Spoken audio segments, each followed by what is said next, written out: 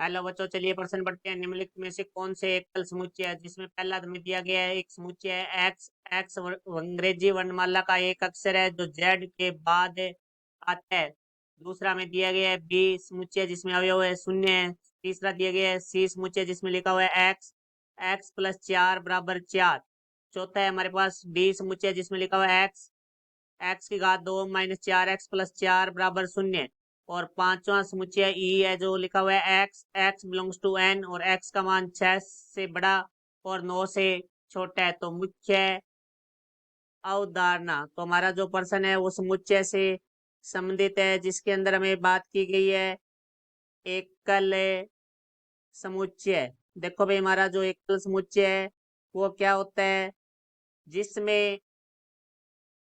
एक अवयव मतलब ऐसा समुच्चय है जिसमें अवयवों की संख्या एक हो तो वह हमारा एकल समुच्चय कहलाता है। तो अब हम प्रश्न के बारे में बात करते हैं।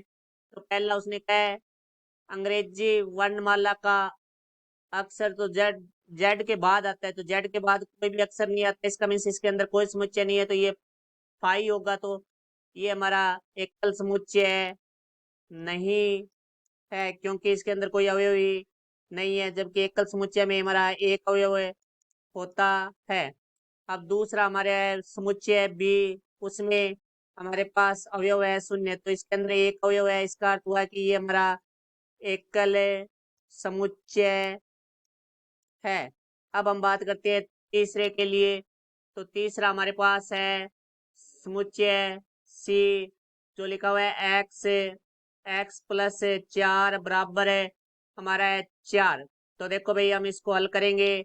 तो x प्लस 4 बराबर 4 है। तो x बराबर हमारा 4 माइनस 4। तो x का मान हमारा आ जाएगा 0।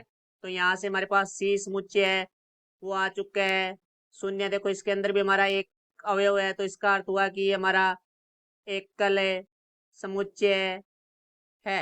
अब हम बात करते हैं चौथे बिंदु के लिए जो कि डी है हमारे पास है।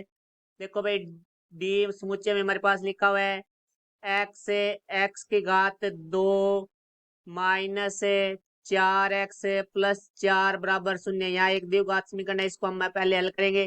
तो एक्स की घात 2 माइनस 4 एक्स प्लस 4 बराबर 0। तो इसके गुणनखंड करेंगे तो एक्स की घात 2 माइनस 2x प्लस 4 बराबर 0। तो यहाँ से आ जाएगा हमारे पास पहले दो में से उभय स्टार है एक्स, तो एक्स माइनस 2।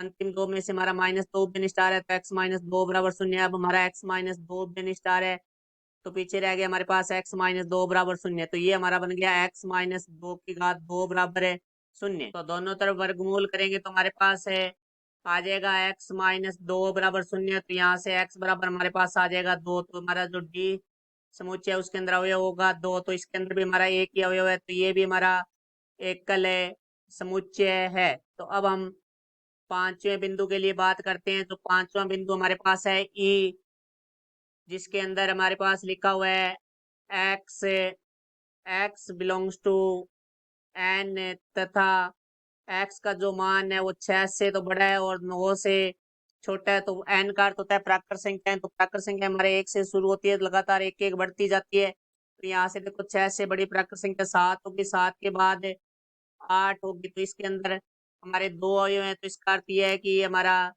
एकल समुच्चय नहीं है क्योंकि एकल समुच्चय वही होगा जिसमें समुच्चय में अवयवों की संख्या एक हो। तो ये हमारा एकल समुच्चय नहीं है। तो ये हमारे प्रश्न का उत्तर हुआ। आशा करता हूँ समझ आया होगा। धन्यवाद।